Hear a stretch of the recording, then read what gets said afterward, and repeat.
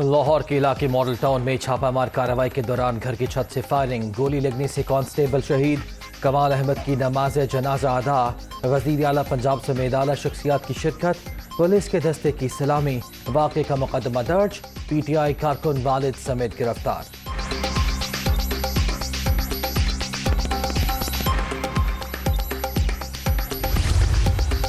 इमरान खान ने अपने कारकुनों में नफरत का बीज बोया, अब ये पुलिस पर गोलियां चलाने से भी नहीं घबराते।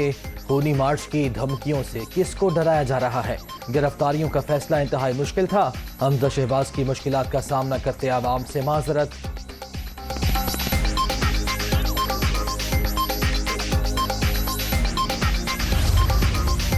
और लाहौर में PTA रहनुमा ने पुलिस पर फायरिंग की, कांस्टेबल की शहादत दर्दनाक वाकया है।